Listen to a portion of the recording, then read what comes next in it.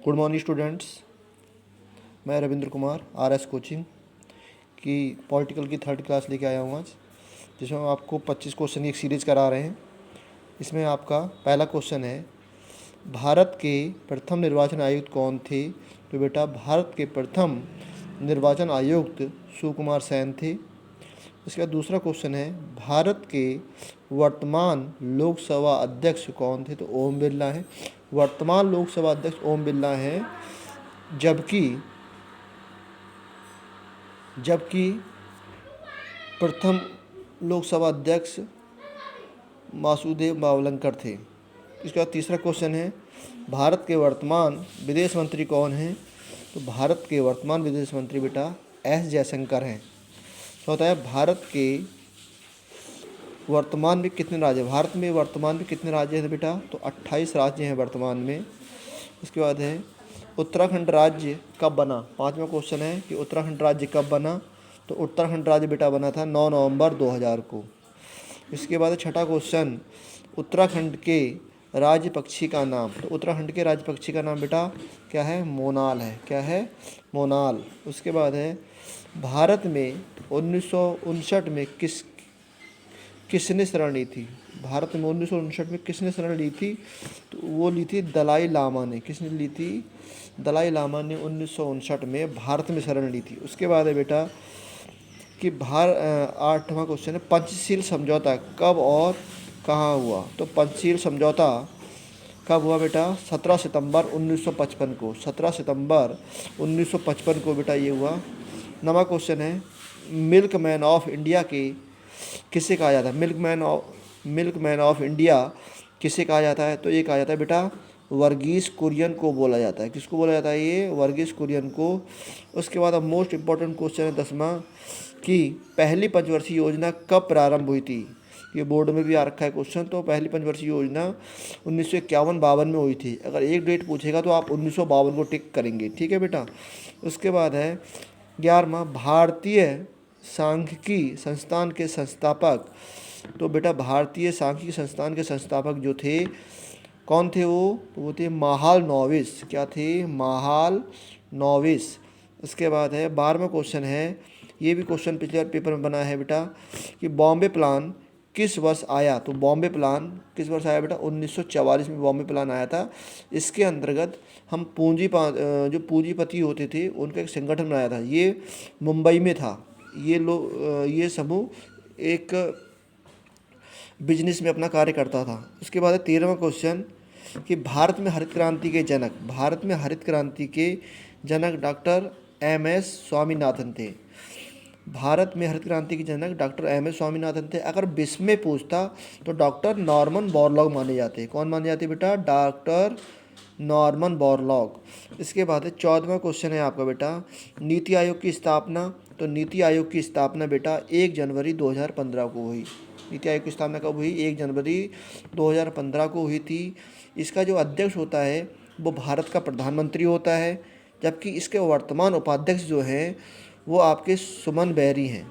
कौन है बेटा? सुमन बेरी। उसके बाद 15वां क्वेश्चन है कि स्वतंत्र भारत के पहले भारतीय गवर्नर जनरल कौन थे? स्वतंत्र भारत के, जब भारत आज़ाद हो गया तो उसके बाद की बात कर रहा है, तो वो थे चक्रवर्ती राजगोपालाचारी। उसके बाद है 16वां क्वेश्चन है कि डॉक्टर भीमराव अंबेडकर ने किस पार्टी की स्थापना की थी? मोस्ट इंपॉर्टेंट क्वेश्चन है बेटा ये, मोस्ट इंपॉर्टेंट, कि डॉक्टर भीमराव अंबेडकर ने किस पार्टी की स्थापना की थी? तो इन्होंने की थी इंडिपेंडेंट लेबर पार्टी। उसके बाद 17वां क्वेश्चन है, कांग्रेस सोशलिस्ट पार्टी के संस्थापक कौन थे? तो कांग्रेस सोशलिस्ट पार्टी के संस्थापक कौन थे बेटा? वो थे नरेंद्र देव। उसके बाद 18वां क्वेश्चन है, ईवीएम का प्रयोग कब और कहाँ हुआ था? तो बेटा ईवीएम का प्रयोग सबसे पहले जो हुआ था 1990 में। कहाँ हुआ था? गोवा में हुआ था। ठीक है। इसमें कुछ जगह पर ही इलेक्शन कराए गए थे। पूर्ण रूप से इलेक्शन जो कराए गए थे वो 1999 में कराए गए थे, लेकिन कुछ स्थानों पर 1-2 बूथों पर जो कराए गए थे वो 1990 गोवा में कराए गए थे। उसके बाद है 19वां क्वेश्चन है कि राज्य पुनर्गठन आयोग के प्रथम अध्यक्ष, राज्य पुनर्गठन आयोग के प्रथम अध्यक्ष जो थे वो थे बेटा न्यायाधीश फजल अली। कौन थे? न्यायाधीश फजल अली।